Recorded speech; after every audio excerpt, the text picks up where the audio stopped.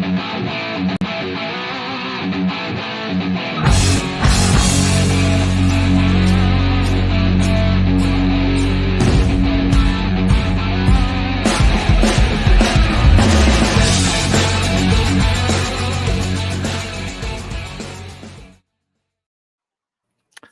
and welcome to the Pirates Fan Forum here on DK Pittsburgh Sports. I'm your host, Gary Morgan. With me, as always, my good friend Jim Stamm. How you doing, brother?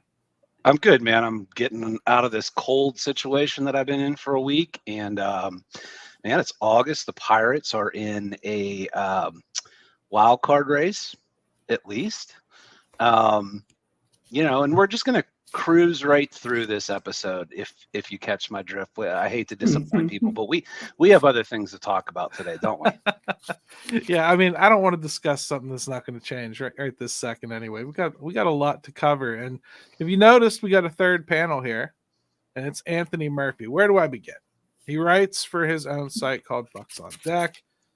He's a self-made prospect wonk, one of those rare guys or gals who decides I may not be a journalist, but I sure can't play one on TV, until one day he just kind of is everything he is. Murph, welcome to F back, and I am so sorry I big timed you for Travis Snyder a month or so ago. I'm like, okay, well that's cool. Yeah, that's cool. Yeah, Travis Snyder, you can't pass that up. And then weeks went by, and I was like, oh, okay.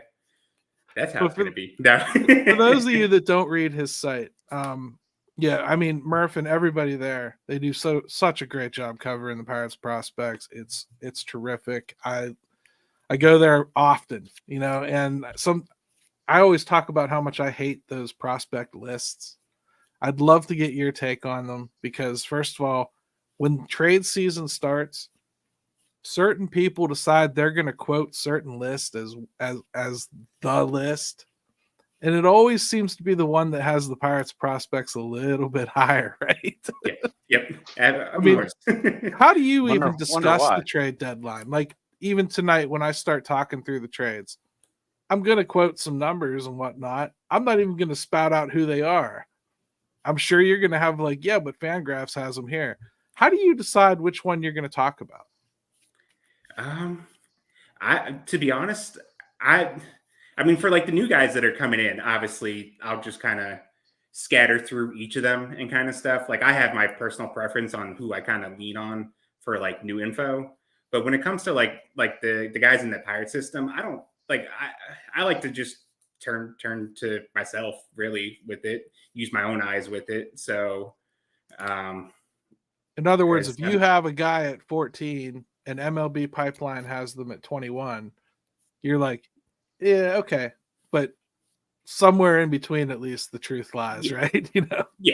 It depends on the time of year for Pipeline too. I guess is notable. This time of year, it's kind of rough because they don't. I mean, obviously they do great work there, but it can be a little bit behind on the updates. After the which deadline, creates no confusion whatsoever. None at all. None. Right after the deadline, the first thing they have to do is reshuffle everybody's top whatever. And then to make sense of what they have to do there, they obviously have to go and fix the top 100 because they've just moved guys around and suddenly it doesn't make any sense that guy's a 5 someplace. I have to move him a little bit on this list too. It kind of makes the whole thing more of a sham and actually lends a little bit of credence to why I think so many people are starting to turn to you and your site for this sort of thing, because I think you are more trustworthy than some of those national lists. You are keeping your eyes on it. So I have to ask, how the hell do you have time for it? That's an awful lot of baseball to watch. I watch a lot of baseball. I watch a lot of minor league games. I usually have 2 to 3 devices running at a time. I'll go back in afterwards. If it looks like I missed something, I got to go back and do that. Obviously, I take I record a lot of video and stuff like that too for like the articles and stuff like that. So my laptop battery does not like me because I burn through it pretty quickly. Tell me real quick, because like, do I keep a an eye on the prospects, sure. But like, I don't have time for that. And Gary gets in that same situation. But like, tell me how you got so hooked on prospects, minor league baseball. How did that happen? Because that's not a unique path for someone. I've always been like, baseball always was my first love sports wise and stuff like that. So like, I've been watching baseball basically my whole life. I like the journey aspect of it with the minors, like the development, and you can watch these guys like grow year to year and stuff like that. You know, like I watched Andy Rodriguez his in Bradenton in 2021, and you can see little bits and pieces there. It's like, hey, this guy might be special, and then he just explodes the following year and stuff like that. I think it's just really just like the process and the whole process and stuff like that. I think was what really hooked me. So, quick question before we get to some of our pre-planned content, because I just thought of this. I've read along with you and everything, and I've read a lot of people's work. It's not like you're the only prospect person I read. Yeah. Did anybody expect Jared Jones to do what he did this year? Really? I know. I've watched Jared Jones's very first professional pitch. His very first professional pitch when he was in Bradenton, and it was a 99 point something mile an hour fastball. So like, you knew, like, from day one, we knew the stuff was electric. And I never and I will say, you talk about like the journey and the development and the stuff like that. You could see a notable improvement every year throughout the system. I did not expect it to hit the way that he did, especially at the beginning of the season. I feel like just about everybody had maybe relievers still on the back of their mind, right? Yeah. Because like, the stuff is electric, but then, you know, he'd have a couple good outings, and then just like he would lose it one game, and there'd be a lot of walks and you know, not hitting his spots and stuff like that. So like, there's some reliever risk, and like, because of the frame too, you worry about like if he's going to be durable enough to do it. But like, he's also done like fairly well when it comes to like staying healthy, and like, he jumped right into pro ball like in 2021, and he threw like 60-70 innings as like a teenager, and then he jumped all the way up into hundreds and stuff like. So like, I mean, he's shown it, but like, no, I don't think I ever foresaw a jump this big, like just for him to hit the ground running kind of thing.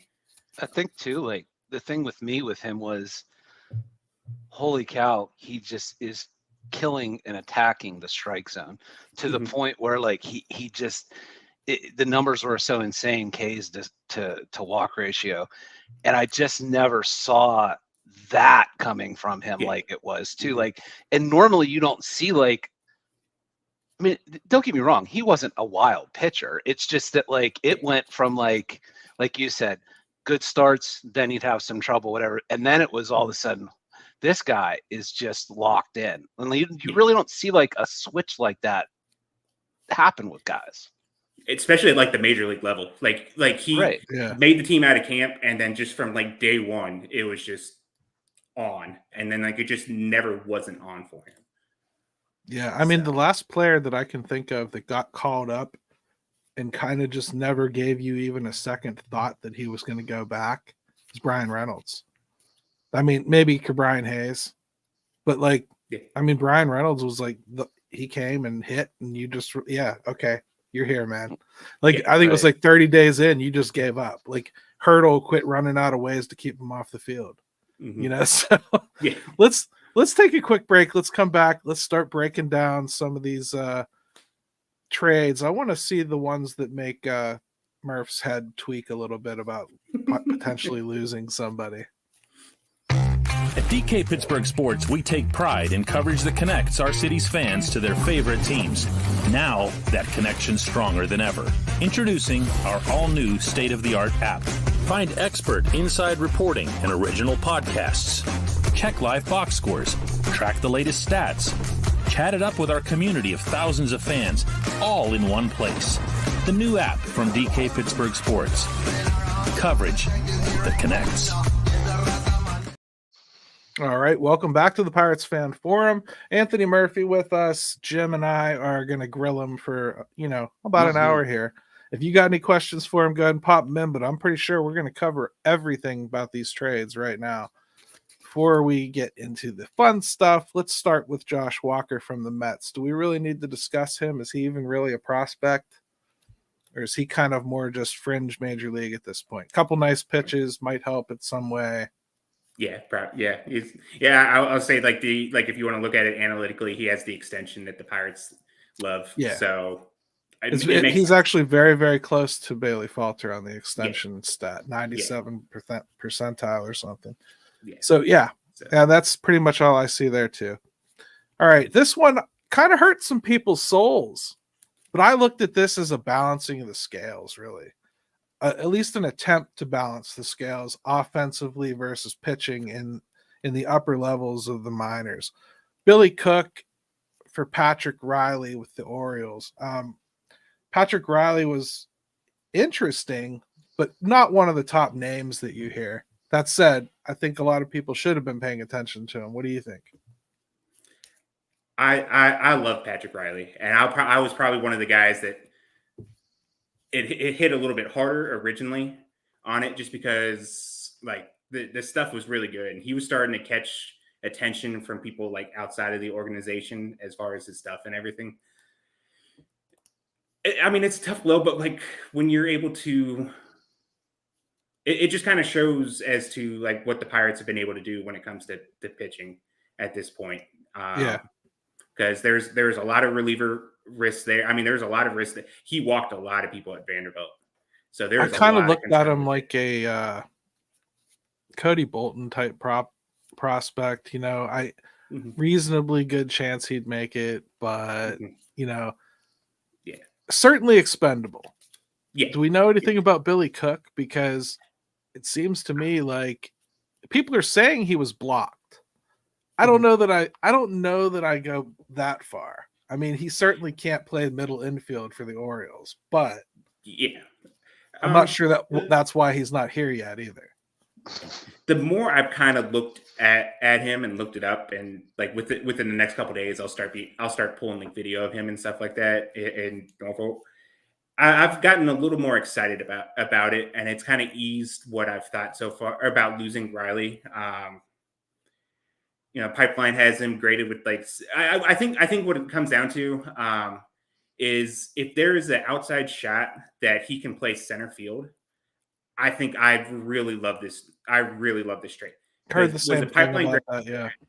He's played mostly first, but a lot of that's too. You look at some of the guys that they've had in the outfield in Norfolk, and you're probably going to get pushed to first base anyways, kind of thing. Right. So if there's a shot he can play center, like I love this deal. Like they said it's not, from what I've read, there's some raw power there. The exit velocity numbers are a little below average right now, but he elevates the ball really well. Makes fairly good contact. The zone contact rate was a little above average. So it's a trade that I've started to like a lot more. Like you said, they need hitting in the upper levels, and this kind of solves that. I actually think these minor league deals, Jim, I would love your opinion on this because we've seen them try to do these things before. But I think these minor league deals tend to sometimes be more fruitful. Both teams aren't necessarily looking to beat the other team at that point. They're looking to just swap talent, and they tend to be more fair with each other. I always find them to be very even. I think we'll touch on the next one will be Quinn Priester-Nick York. I think we'll find very similar feelings there. Like we're trying to help each other here, right? Mm-hmm. Yeah, well, I think that's the nature of those types of trades, right? Whereas when you are in a playoff race and you're looking to acquire talent, you're typically looking from somebody that probably is considering themselves out of it and is looking to acquire some talent and maybe take more of a quantity over a quality approach even. And we know what that's like here, right? Sometimes. So it a lot depends on the mindset of that other team. But when you get to when you're making minor league trades, it feels like teams are definitely like, okay, we need some help on this side of things. you have some of that. Let's get together, make a deal. These are guys we'd probably like to hold on to in an ideal situation, but there's a mutual need there that they can swap them out right away. So all in all, the three of us here, we probably sit here think that Patrick Riley for Billy Cook probably looks like a pretty even swap, at least as far as what we think of each player right now and their potential. Yeah. Quinn Priester for Nick York. Interesting. Nick York becomes the Pirates' number 5, I believe. So, not bad. Quinn Priester's not really a prospect anymore, although by definition. I'm conflicted on this one. Only because I think if this was, say, 3 years ago, there's zero chance they make this deal because they have the time to get Quinn Priester turned into something. They're basically offshoring the work it's going to take to get Quinn Priester to become major league pitcher. But the major league arm is there, Murph. I mean, it is. That said, Nick York is almost ready to contribute at this level, and it looks like he's pretty close to a sure thing to be that, at least, a contributor. Yeah. I actually have I have something up recently on him. I watched about like 10 to 15 games of him. It's since he got moved up to AAA, and he's probably like, if you go into it and say Nick Gonzalez is probably going to be out for a while, he's a guy that I probably feel comfortable as sliding in right now. He made a change to like to his swing, and it's kind of just helped him take off. He's making so much better contact. The contact rates are really good. The whiff, he doesn't chase. Even the exit velocity numbers are average, slightly above average right now, kind of for him, especially for the position. So I think as of right, I mean, like I said, I'm growing on the Billy Cook trade, but like I think this is probably my favorite trade of the deadline. So that they did. Yeah, it was really the timing of this trade, I think, that kind of gave it a bad name. Not so much the trade itself. It was before they had actually done anything that really affected the major league club. But Jim, I have to agree. I think this is probably my favorite trade too. I loved Quinn Priester, but you and I have been talking for about a year about, I don't know if they have time for the project. That's what we kept saying. And you can't really do the project in the minors. And there's just too many options to ignore. You just don't have the time for him right now. It's twofold to me. It's, you've got a lot of pitching and you're sitting on it, and you can't keep it all, especially whenever you don't have the bats in the system that you need, and I think you've got to be able to kind of even that out and level that out a little bit. And I do think Quinn Priester was part of that numbers game, and I would ask Murph this, like, I tried to get on, look a little bit at York's, videos and some of his hitting. You talk about Nick Gonzalez. There's a little bit of Nick Gonzalez in his swing too, like, and I don't know if that's like pre-swing change or what he's been doing now, because I wasn't, sure when these were. But like, did you see any of that too? Because I have, and that should either, if you're a Nick Gonzalez fan, that should make you feel good. If you're not, I guess you would worry about that. But go ahead. So the first thought, looking at his swing, and it took place like throughout this season, if I remember correctly, mainly whenever he got up to AAA, because like he was like league average. And I remember reading somewhere too that like when he got promoted, like no one felt it was like a promotion of like merit. It's like they're trying to clear a spot for someone else in AA. So like it was kind of like one of those like demotion by promotion things when they moved, and then just something clicked for him in AAA. But the load and the swing is a lot quieter than it was before, a lot like Nick Gonzalez. And then I lined up their AAA numbers, and there were a lot of similarities. So like I got the feeling too, like the contact rates were very similar. Nick Gonzalez hit fastballs a lot better just because like he's been like one of the best fastball hitters this year, like no matter what level he's been at.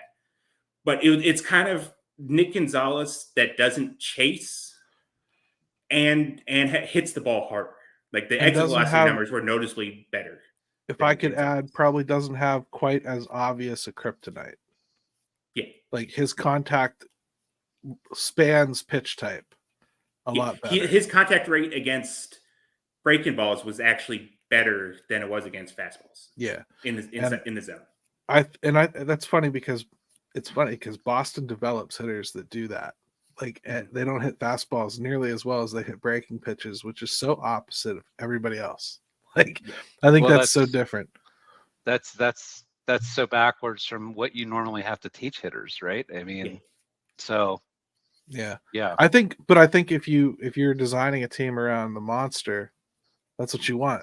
Guys that are getting under things and hitting fly balls to left. That's what you're going to do. You're going to hit breaking pitches like that, like you're not trying to line fastballs off the monster. You're trying to line curveballs off the monster. So it makes sense.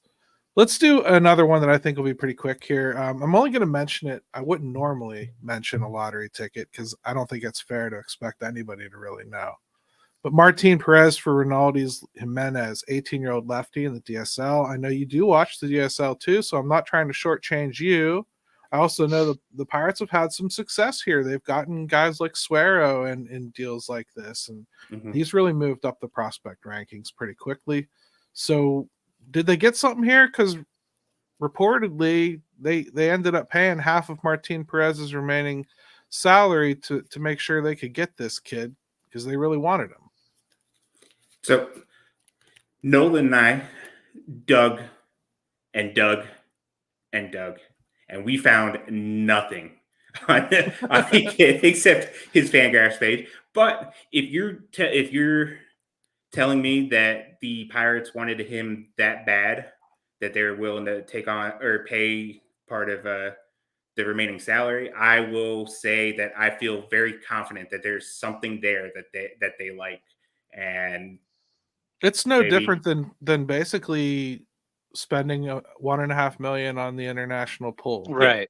Exactly. That's basically what they just did. Yeah. So it's probably a guy they had their eyes on, didn't make it, didn't get him, and they basically got him. So yeah, hopefully it works out better than it did with Tucapita Marcano, because why? What happened there? I'm just saying, when he gets his fixation for somebody, it doesn't necessarily mean. All right, now this one kind of hurt me, Murph, because this was one of my low-key dudes I've been watching this year, and I haven't been saying anything about it because it could still be a fluke. But they traded Luis Peralta for Jalen Beeks, and Luis Peralta has been on absolute fire since moving to the pen this year. The problem with Luis Peralta is he's a looming Rule 5 decision guy. So that's why a guy like him would be expendable. Man, I can't help but feel like he's going to be good. The stuff is so sick. I have been watching him since 2021, went down in Bradenton, and it took him a while to get out of Bradenton. And like you said, things just kind of clicked whenever he hit the bullpen. And yeah, man, like he is that one was a little frustrating to see, especially getting like for a rental reliever. I know you got to help the major league team out, and I think there were other lefties I would have preferred, to give up a piece like that. I'm not saying they would have even protected him in the Rule 5, but I mean, there comes a point too, like, and like maybe if they got him up to Double-A sooner, he just kept shoving the way that he's shoving, that maybe you could almost make a case that, man, maybe he would have just better putting him in the bullpen there instead of Beeks. Throw him in the bullpen now. I think that, and that's part of the problem. I don't think he's that far off. And if I don't either. If you had put him in Double-A sooner, you have even more of a case to probably say, oh yeah, well, he's major league ready now. So, yeah, I think the thing is too, like, first of all, other organizations that are in better positions than the Pirates are, whether it be prospect wise or financially, they don't think twice about these kinds of moves. I think Pirate fans, we do. Part of that too is with Beeks is like, when you look at, it's so hard to figure out first of all, like you said, rental. Pitched well at one point, then hasn't pitched well. Colorado, like no one knows what to make of that, right? Like I don't as a fan, and I'm sitting here wondering, is that somebody you want to trade for him? So yeah, I don't know. It's just for me, it's hard because I don't know what the hell. If you could tell me Beeks was going to be really good down the stretch, I'd be fine with it. But he might know. be good, but like, I don't know. I know, right? I mean, at the end, So- it's a double-A reliever. If you just really want to kind of look at it like that way, like I've been, like I say personally, over watching the last couple of years, I've been burned really hard from some of the relievers in like the lower levels. Like they'll look like really good, and like, man, this might be a guy. Finally, they hit the upper levels, and then it just kind of they're still in double-A to the years later. But I think it's funny when somebody gets made a reliever like really early on, it sometimes can work and they really fly. But a lot of the time when they get made a reliever early on, it's because they've only got 2 pitches. They've tried just about everything they could to give him a third, and it ain't happening. Yeah. So he got 2. And they're special, but they get less special the higher you go. And when that's all you got, you realize, but how many major league relievers that we really like only have 2? I think like you kind of find that most of them have an arsenal, and you got to be David Bednar can do a lot of different things. If you're gonna have only 2, but you better be pretty special. That's what I mean. Like it's hard to live that way. Yeah, you can turn into Kyle Crick real quick. So which don't try to say that quick. But anyway, here's another one that I think is going to frustrate everybody a little bit because even Jim knows this guy. Charles McAdoo gets traded out for Isaiah Kiner-Falefa. I'm not sure where McAdoo really ranks. I would say if Pipeline were to update, it's probably safe to say he would have wound up top 15 in our system. I would think he was top 15 in ours at midseason, and then Baseball America also, I believe, had him top 15 as well. And they're like, especially middle of the season, they're usually who I kind of look to for that kind of. I mean, but tell his story a little bit. A 13th round pick, kind of just really came out of nowhere this year. Pirates certainly need offense in their system. How real is it? He's only in Double-A. It's not like, this has been going on and on and on. And I mean, I've watched Gorski do the same thing at AAA. So let's not like act like he's a step away. But what do you think? So like he's a guy that, like you said, 13th round pick. So like didn't really think of him too much, but like he signed last year and just hit the ground running. Like he hit so well in Bradenton, but then it was kind of like, okay, well, he's a college kid in Bradenton. Let's pump the brakes on it. Let's see what he does next year. This year comes into Greensboro. It's kind of like, okay, well, this Greensboro college hitter is going to hit. Everyone hits in Greensboro. Yep. So let's pump the brakes. He gets up to Altoona finally. He hits a home. I think he hits like a double and a home run, like hit the first weekend that he's up in Double-A. So it's like, okay, well, I do believe he could be like a solid player. He's looked good at third base. I still kind of have questions about like long-term defensively, what position he plays. And I think that's why maybe a lot of people haven't jumped fully on it yet. You mean you're telling me somebody might not hang on to third base, which in a Pirates fan's mind automatically means future first baseman. Basically. Well, that's what they would have been talking already, right? Yeah. So, trust me, I've had people ask me, "It's like, well, can he just come up and play first base now?" Like, obviously, before Rowdy kind of just had Well, I didn't even get to the Murph annoyance list yet. If you want to get into that, or we can go right to why guys can't just jump from Bradenton, if you want. But let me ask you a little bit about McAdoo, because like, is he just kind of like the classic overachiever type guy, or do you or do you really think like no, like he's legitimately going to be pretty good? I think there's a chance that the Pirates were working with something there.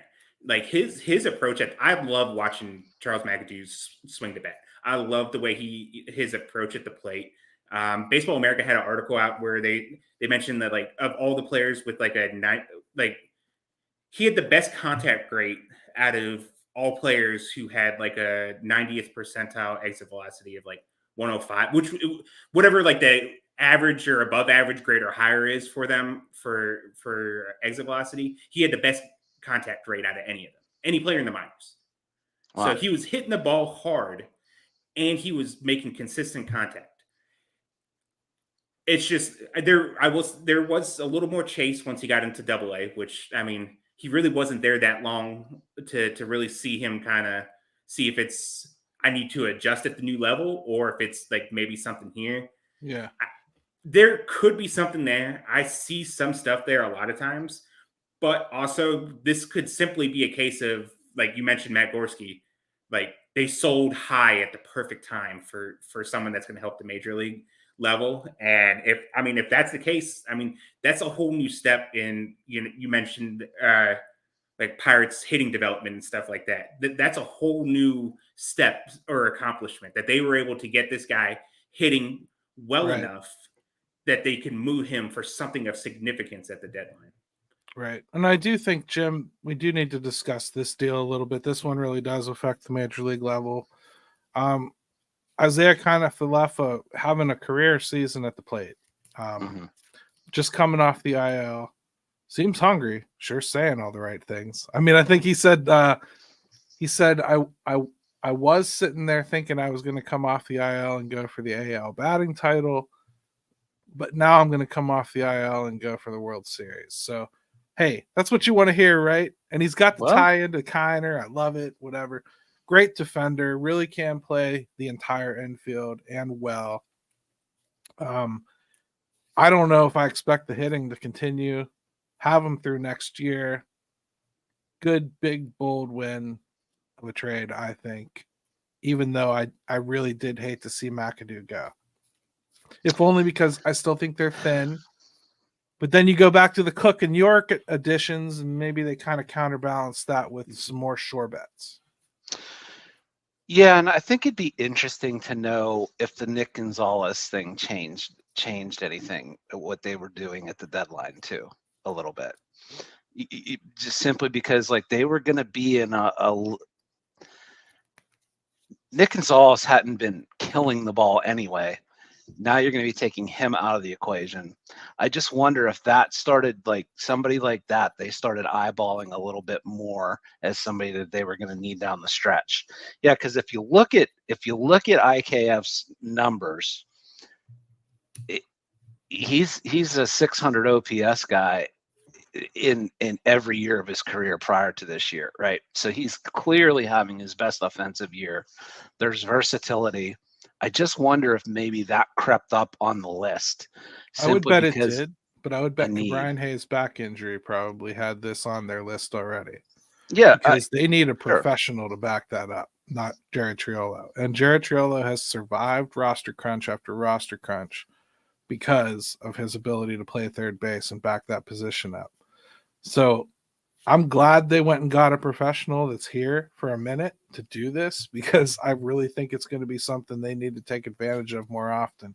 In fact, part of me almost wants to just platoon Cruz into DHing every time there's a right-handed pitcher so that Kutch sits and Falefa can just play the field for him that day. I mean, like, it's a way to keep Cruz's bat in the lineup and get his defense off the field at least half the time. You're talking about a ton of options with this guy, just like you're saying, like even, things that people don't think about right away with him. So could be first base. I mean, there's so many things that give you some versatility there. So, and, he's hitting the ball well this year, compared to his regular season statistics. So I like the move. I think it's an important guy to have down the stretch. You got to give to get, I guess. And that's just where it came out. I'd be crying about him having no power if they didn't get our next guy on the list. So we might as well move on to that. And that's a good update on Charles McAdoo, because it sounds to me like there's at least a healthy dose of maybe not that still lingers. So I feel a little bit better than I did, because most people don't have him in the maybe not category at all. So I'm kind of glad to hear that. Although I'm okay if it's a win-win too. I think we have to be okay with that at this point. Mm-hmm. So the next one, you said sell high. I think that's a really good way to look at it. It's like you are hoping that if there's a high point, maybe you have hit it. So anyways. All right, so the next one here, Bryan De La Cruz, who has a whole bunch of flaws as a major league hitter. He has power, and he can play the field. He has a hell of an arm. We'll see how he hangs in right field. He's always played left field. I'm just talking about the major league acquisition at this point. Bryan De La Cruz is a good addition to this lineup. They certainly need power. They certainly needed an outfielder. They certainly wanted somebody with term. You guys are going to hate me, but Andy Haynes is a great hitting coach for Bryan De La Cruz, because he will get him to potentially stop swinging at everything. Let's hope it doesn't go as far as it went with Jack, where he stopped swinging at anything. But I do believe that he can probably help him clean up a little bit.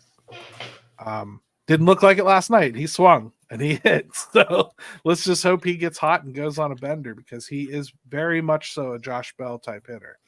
Well, listen, they've won this trade, because I'm looking at it right now, and Bryan De La Cruz's OPS plus as a Pirate is 187.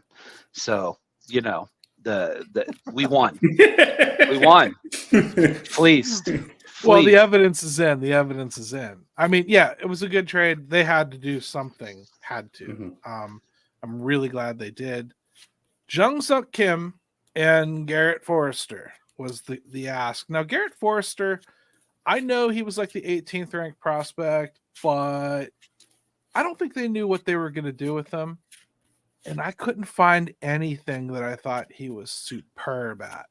So I kind of felt like he's one of those guys that's going to wind up being an MLB average type player. He probably gets up here. He probably plays up here. But I don't know what he does, and I don't know how long. So they drafted him. He's a college hitter, played third base in college. Everyone kind of assumed he's going to play first. We get to spring training, and he's catching. They move him to catcher. And it actually happened while I was down there. It was super weird. Yeah. So, and it was to try to, find more value out of his bat. Because come to find out, a lot of people thought he had some raw power, but he hits the ball hard. But like the upper echelon, or whatever you want to say, of his power is kind of limited. Like, I'd probably say at best he's probably going to have slightly below average, like, in-game power. Just the swing and stuff like that just isn't really built for that.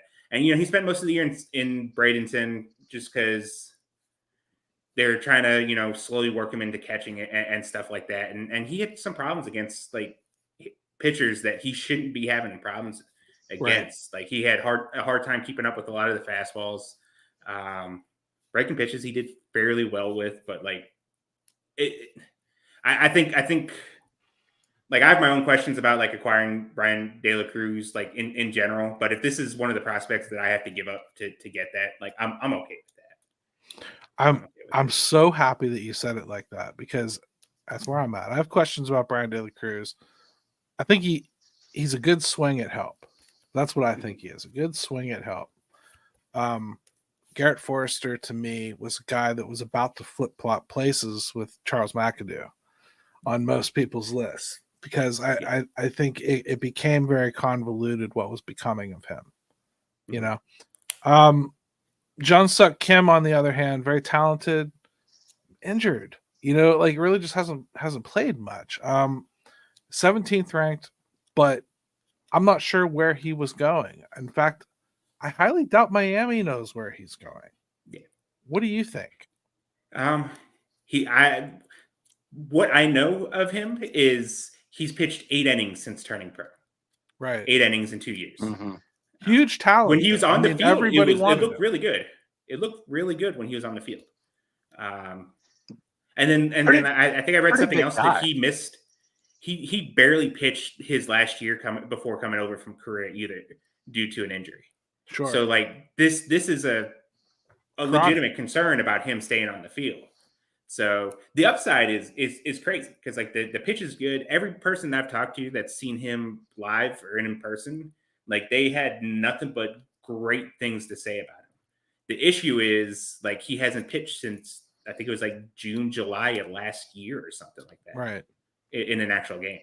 So I mean, and all I can really say to this conversation is earmuffs, Murph, because I know this is nothing you want to hear, but they gave up nothing for Bryan De La Cruz.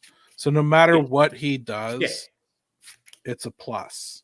And to get a guy like that with term, like meaning you have team control over him for a couple of years, this is a tremendous trade. Like this is probably the shrewdest trade Ben Cherington's ever pulled off, even if this dude fails.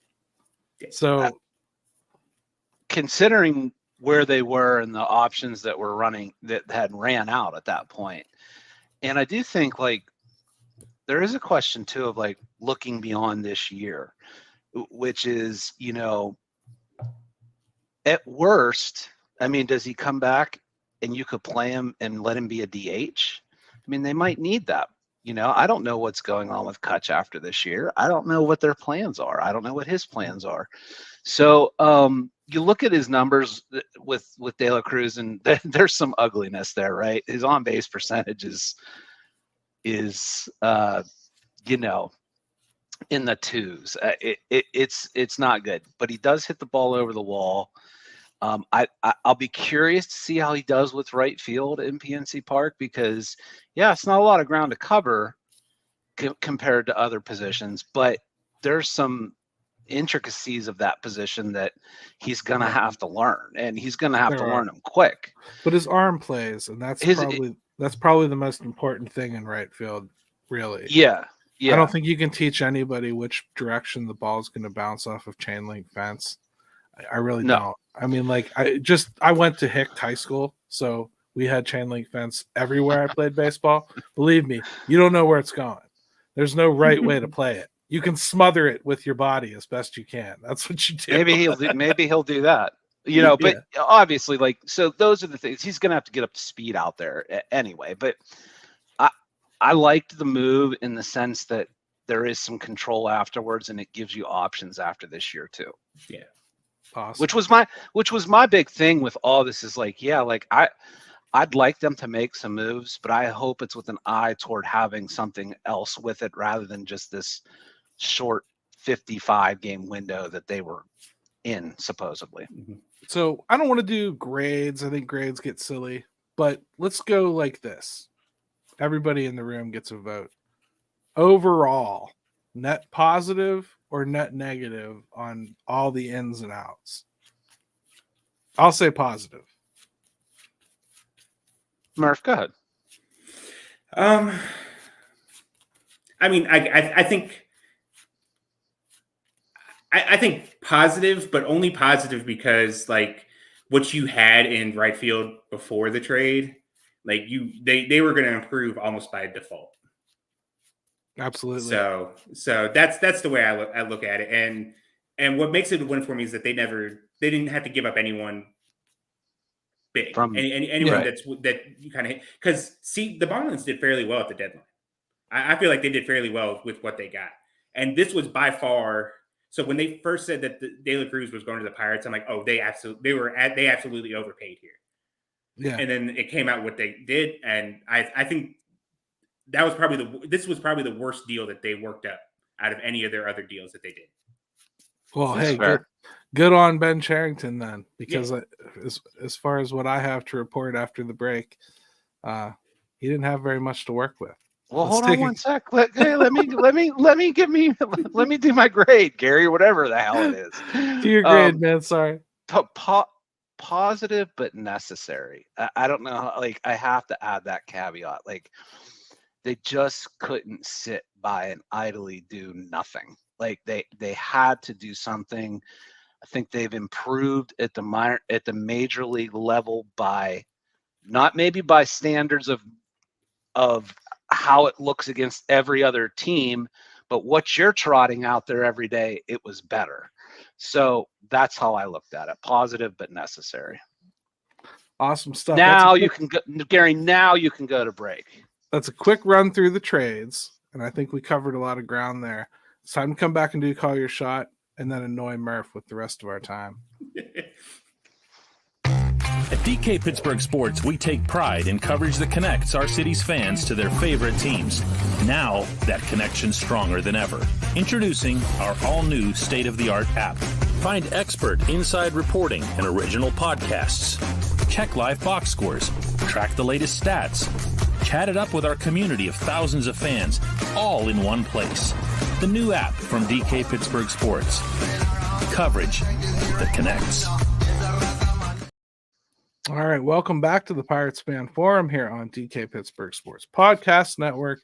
Before we get into Call Your Shot, let's just talk about a little bit of the restrictions that I think Ben Cherington was under at the trade deadline. Because, I mean, I've heard from a couple sources that he was literally not able to close some of the deals he had on the table until he finalized the Martin Perez deal to clear off enough money to cover. I mean, that's how tight he was told he had to keep it. I just want you to know that, because you're going to start seeing reports now that the Pirates actually weren't in on the Jazz Chisholm deal at all. And I have that confirmed. They were not in on it at all. It's going to start trickling out more and more and more. So, and I mean, like, didn't even bid on them, had no interest, knew they wouldn't get them. So, like, it's going to come out. You'll see it start to trickle out soon. I'm positive of it. This source will not be beat. So it's bad, man. Like, I think, like, people kind of expected them to stretch payroll a little bit, but I just want to make sure everybody understands how the Pirates do their budget. They do their budget based on what they made last year, not what they're making this year. Most teams don't do that. Most teams have a budget that actually fluctuates as they make money and bring it in. Well, the Pirates don't do that, and they don't adjust it. So, like, awesome. Well, Yeah. next year their budget will be higher, because it's going to be higher, but it'll be based on this year. You get what I mean? So even next year, as you're selling it out more than you're selling it out this year, well, that won't really help the team until 2026. I'm just saying that's the way they operate. Until they show different, that's the way they operate. So when you get to the deadline or your free agency this winter and you start looking at the board and everything, get it out your head. Just get it out your head. Be reasonable about it, because it ain't going to happen. I'm just telling you. That's not what they're doing. This dude is charged with doing this on the cheap. So take that for what it's worth. Don't want to believe me? Don't believe me. You want to wait for a real journalist? Wait for a real journalist. Totally get it. Do so. But if it makes you shut off and never be a fan, fine. I don't care. Yeah. and all I can say is, like, look at the results. Look at the action. Like, that, at the end of the day, that's really what you have to go on to see if something lines up to what you think it is. It's why I thought maybe Chapman might go and be on the move too. I'm wondering if there were any discussions there. But yeah, I mean, you know, teams that want to spend and want to get something done find a way. So, you know, take it for what it's worth. And the way I look at it, you can stop watching the Pirates if you can't deal with it. Or you can write your congressman, I guess. It's not going to matter. You know, baseball allows this. Look at the Rays. They just traded most of their team. Look at what the Marlins did. Yeah, I look just at how saw many their players the Marlins moved. They have like a $13.5 million active payroll in Major League Baseball. The Pirates had that in the freak show year. You took the words right out of my mouth. I mean, like, this has been going on forever. The fact Baseball that it's is busted as far as finances go, and let's not drag Murph's nice pure name into this. But he doesn't have to worry about any of this. No wonder he did this. I'm stupid. well, all their payrolls went up in the minors. I'll tell you what, let's go into Call Your Shot because it's going to get you talking about another big subject here.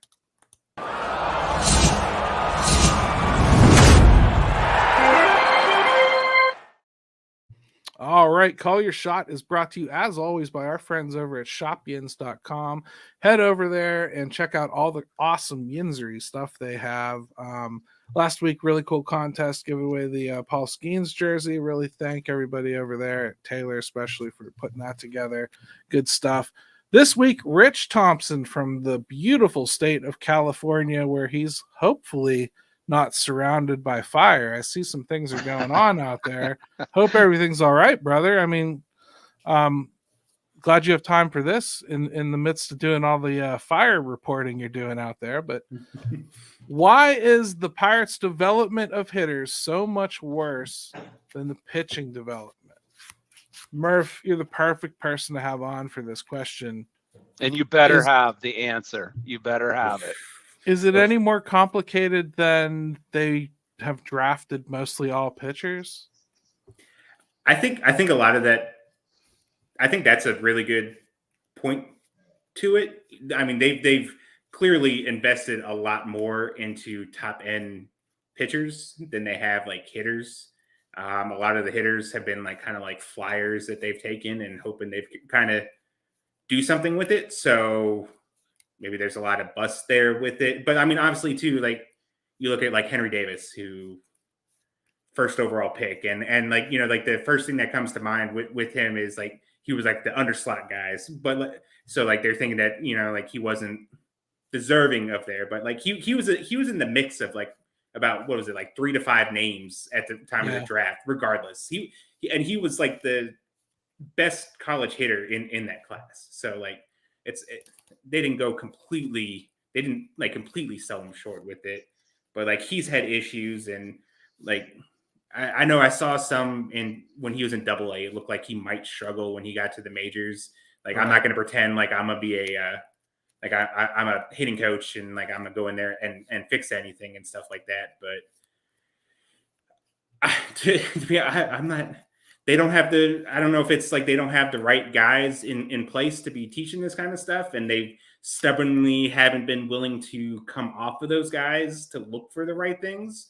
And I don't want to squarely put the blame on like, oh, they're just drafting bad players, because I mean, yeah, some of it's the players. Some of the players still have to go out there and hit regardless of what you're being taught. But still, when like someone like me who's self-taught walks up and looks at Henry Davis hit for a week in AA and be like, hey, there might be an issue here down the road. Yeah, right. The guys who are actually getting paid for it probably should have picked up on it and probably be able to do with it. So I think it's partly a blend of, yeah, they haven't really truly invested in like top ending hitting prospects yet. How much?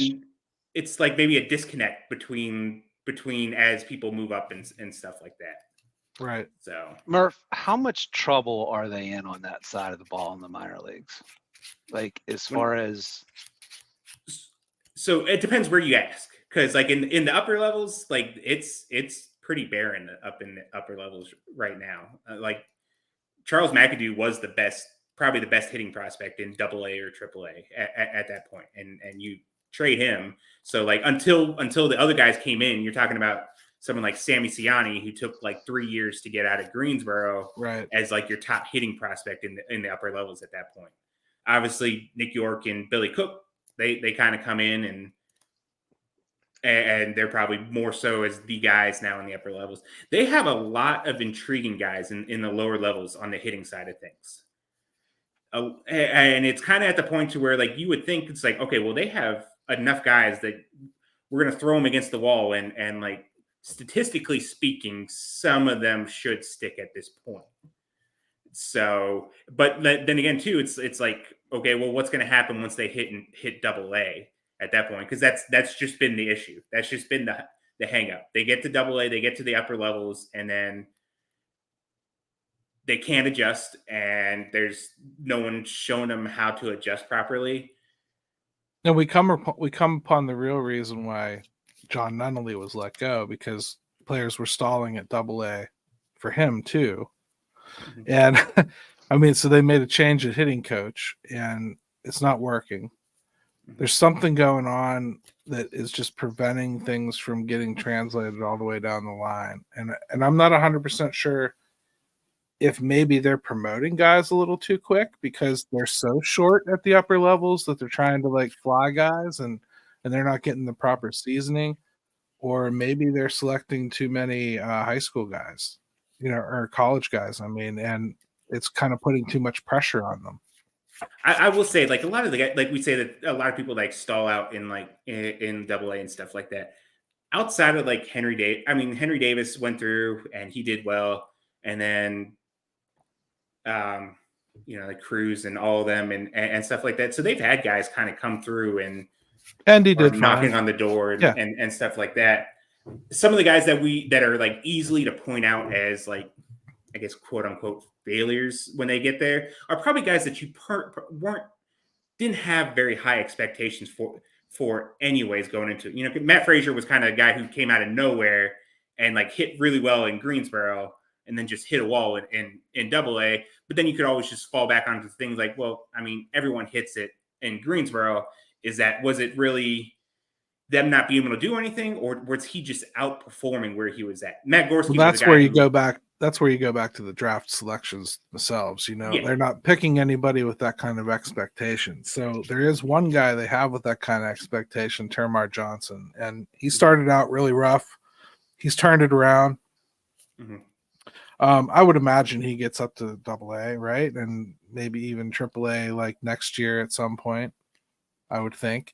He looks like he's righted the ship enough to me, just from what I've been watching, to kind of believe, okay, he's back on track. He also looks like someone to me that's a guy that's going to start slow every promotion.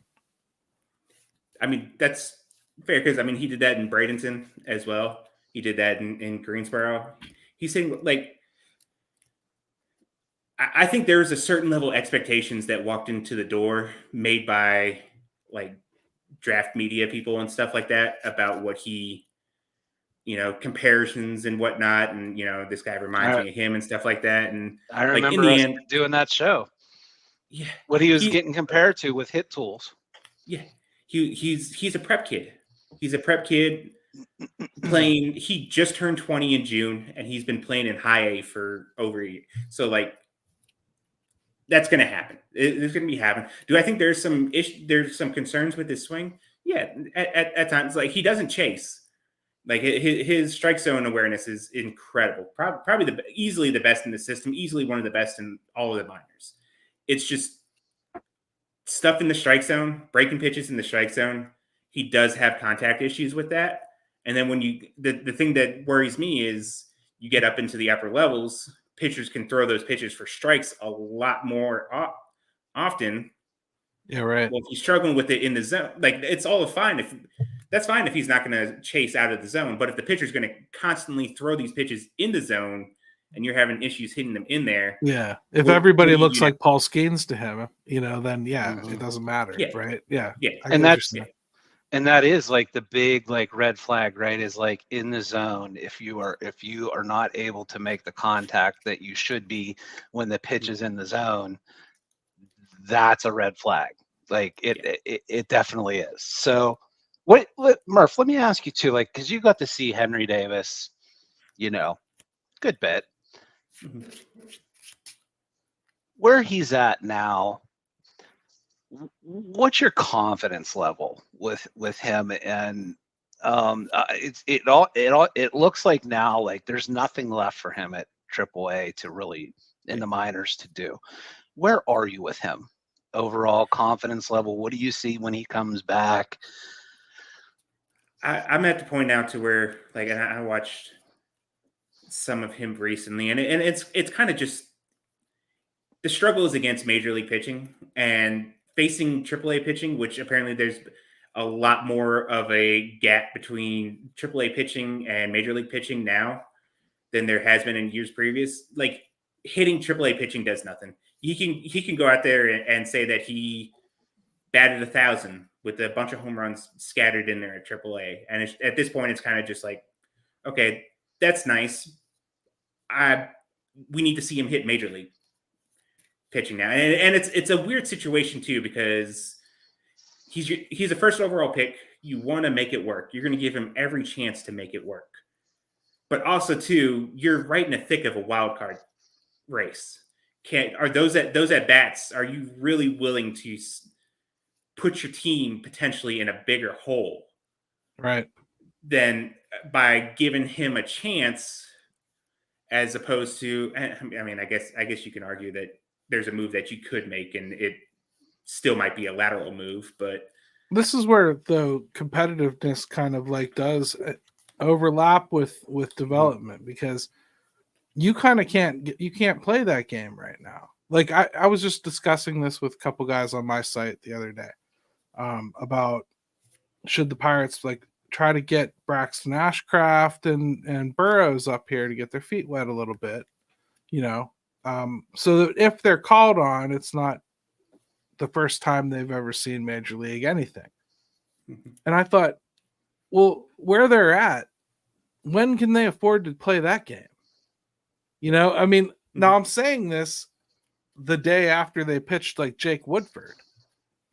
But, I would think like as you're getting into these games, that's not what you're looking to do. I think like at this point, you're shutting off the minor leagues as far as like your mentality goes. You got your backup guys that you expect to get something out of this year. That's mm-hmm. You're not thinking development at this point.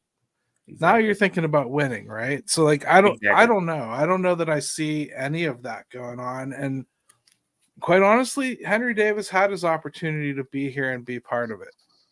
And I don't know that I want to see injuries. I don't know that his only way back. Yeah, and I don't know if I want to see Henry Davis any more tightly wound than he was when he was here. Putting him in this kind of situation. You're saying don't have a blackout if he comes back up? I mean, like it would just the intensity would have him drop the ball? No, I'm just simply saying, that bat, you choke the life out of it, and maybe that's why you're not getting any hits out of it. I'm just saying, like, but Garrett, I do think like there is some of that. Like, this isn't like get a look at somebody time, right? This is like if you're going to come up, you're going to be expected to contribute. Like, like that's the standard right now, right? So, and this is the thing, Pirate fans aren't used to that, right? We don't even know how to think in those terms.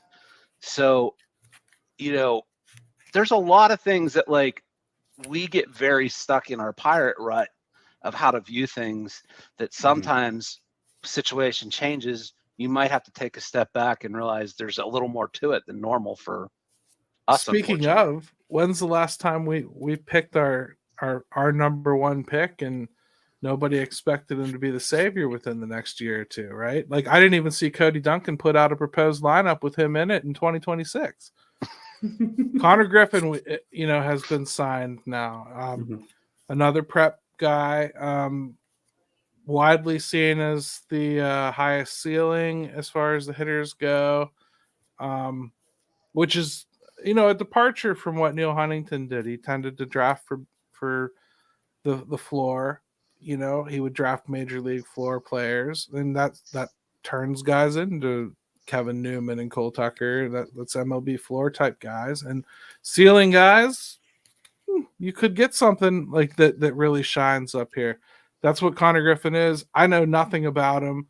Jim and I openly didn't care about the draft because it was like the 9th pick and we didn't have the energy. I'm sure you talked this to death about all the rounds and everything. So quickly, is Conor Griffin a decent player or a decent shot at a player? He probably, like, easily, when you talk about tool set, he had the best set of tools in that entire draft. Easily. If There are questions about the hit tool, about what kind of average he's going to hit in the majors. And I think if there were less questions about that, there's zero shot that he's available for the Pirates. Right. Zero shot. That's the reason goes he's in the there, top right? 5. Yeah, right. Because there is a little bit of hit. But Pirates have drafted for the hit tool, the safe guy, repeatedly. And I feel like if I had to choose between a Henry Davis safe bet or the upside of Conor Griffin, and you're going to tell me there's a chance that neither of them hit, I'm going to take the tool set of Conor Griffin 100 times out of 100 with it. I did see something that did jump out. Go ahead, Murph. No, I was just going to say, just because even, and you look at the history with the Pirates, first round picks too, with the under Cherington, they're very limited defensively too. For the most part, there are already questions about Henry Davis, whether or not he can catch in the big leagues from the moment they drafted him. Tomorrow, second base, Nick Gonzalez, second base. If Conor Griffin doesn't hit well, or he's not this great hitter, he still has the speed and the arm and the defensive ability to where he's a potential shortstop, a potential pretty good shortstop, or even they're throwing out he can be an above average to plus defender in center field. So you're getting value out of that from a premium position defender now to fall back on just in case. And he's still got room to grow too. So. I was just going to say the big thing that caught my eye with him, because as Gary mentioned, it's not our thing, but that he just turned 18 3 months ago. You're talking a 17-year-old kid that was the high school player of the year, his size, his toolkit, but so he was already playing up essentially. And so to me, that really caught my eyes. He's a baby, but man, to be that good at that age, that's enticing. It really is. You're also talking wave down the road. So for once we don't have to be thinking of this as when we start getting good, this guy will be. You hope that this is a guy you just add in at some point. So that's the beauty of the draft now for me. I have to annoy Murph a little bit. We're getting long in the tooth, and I took time writing these questions. So here's my first one, Murph. Okay. Is there a AAA team that you think could hang with the White Sox in a series? I mean, if you look over the last week, Indy has won their last 9 games. They've looked pretty good recently. So, but they do have Lamb. So yeah, and he should have been up here months ago, right? Months ago. It's crazy because he's so great. Yeah. I guess the obvious answer would probably be Norfolk back whenever they had everybody before all the trades and stuff like that. Right. That would probably be I don't know if you could actually say that they would, but if there was a team at any point that could, it would probably be the Norfolk pre-deadline, because they got rid of Connor Norby and Billy Cook obviously and stuff like that. So they were pretty stacked. All right, what's the earliest level you'll openly decide you have a major leaguer on your hands? I try to avoid take Paul Skeens out of the equation, because that's not fair. I try not to. So looking back at we talked about McAdoo, I firmly held out until he was at AA before I really started to say that, okay, maybe they have something on you. There's a lot of stuff that I liked. And right. I was very openly saying I'm trending in a direction saying he's probably a major leaguer, but I won't say it until AA. I think AA is the start. If they can do it in AA, I probably have a very good level of confidence that they could do it in the majors at that point, to some extent. Maybe the roles are shifted. Maybe a starting pitcher that you think is pretty good, maybe he's just a reliever at some point or something like that. But if they could do it in AA and they could do it really good in AA, I feel fairly confident that it'll translate at that point. Jim, do you got anything, or do I have to give him one more annoying question? No, go ahead. I like these. All right, one more annoying question. What is stopping MLB from supplying standardized video equipment to all MILB teams? I mean, how much time do you got? This isn't going to an answer for it, but this is this is a sore spot for me because like Bradenton right now, they're playing in Palm Beach and there's no video of it. And like we got like Yordani De Los Santos and Johnny. There's a whole bunch of guys making the debut and we got nothing. I will say terrible. That I think Greensboro has always had a camera there, apparently, from what I was told. But me and a few of other of us like really pounded the table on Twitter for a couple years about like how it's unacceptable in whichever given year it was that we don't have a stream for these. And then finally last year, Greensboro pops up with a stream. So I'm not going to say it was us, but like maybe we'll take a little bit of credit for that. And it is nice seeing, Pittsburgh Sportsnet's been throwing up some that's really cool. MILB games recently. I love that. I think that makes it more accessible for everybody to get a chance to do a little bit of scouting themselves, and while I do know that everybody watches, guys hit a double against so-and-so in AA and they think it's the exact same as hitting it off Mark Leiter in the 9th inning of World Series, I think it's cool for people to see this stuff firsthand and not just in video clips of the good shit they do. Yeah. So it's important to watch entire games and see how they really play. Yeah. I guess I still do have a question, Gary. So how about it? I'm curious about this, Murph, because like, do you ever try to test yourself and like not know the pedigree behind the person that's on the field, like as far as maybe like their drafts status or where they were picked or whatever, or if you notice somebody from another team and be like, oh man, that guy's pretty nasty, and like are you like test yourself to see like, am I recognizing things based on what I'm seeing, or do I do some preconceived notion stuff with like obviously where they were selected and so on and so forth? I do that to the best of my ability. I will note that, a lot of the Pirates minor league teams, they play a lot of the same players over and over, or same teams over and over again. So I've gotten to the point where I'm fairly familiar with a lot of the names on here. But yeah, I have like a little spreadsheet with players when I'm watching like a game and a player kind of like sticks out on the other side or something like that. I'll jot that name down and kind of just like write a note or two about them or something like that. Because then like if like we see with like the Nick York or something like that, maybe one day they get traded to the Pirates or something like that, and I can be like, well, this is what I had on them when I first saw them years ago, kind of thing. You're already kind of familiar enough that you can just kind of head down a path without having to do like the preliminary stuff. Yeah, I get what you're saying, man. Murph, this was great, man. We couldn't have done a show like this without you. Really appreciate the insight. Really love the site. Please pimp it a little bit. Tell people how to find you. Tell them how affordable it is. Tell them you guys have bikini models on the other side of the curtain. Whatever it is it takes. Drop your OnlyFans. Drop your OnlyFans link with it. All those links are in the bio on Twitter. But Bucs on Deck Substack. We do like, it's usually 3 to 4 articles a day. We do like a morning recap, kind of running through like all the scores throughout the minors and stuff like that, notable standouts and stuff like that. We have a game day thread to where, people just come and talk about the game. I notice a lot of the guys a lot of the people that are there, they don't live in Pittsburgh. They're spread out.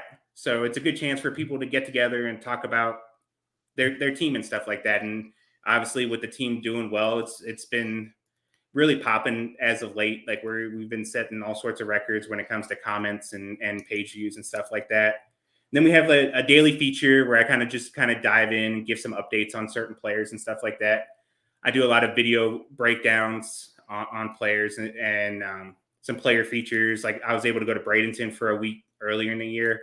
So I got to talk to a couple of players and Jim Horner, the manager.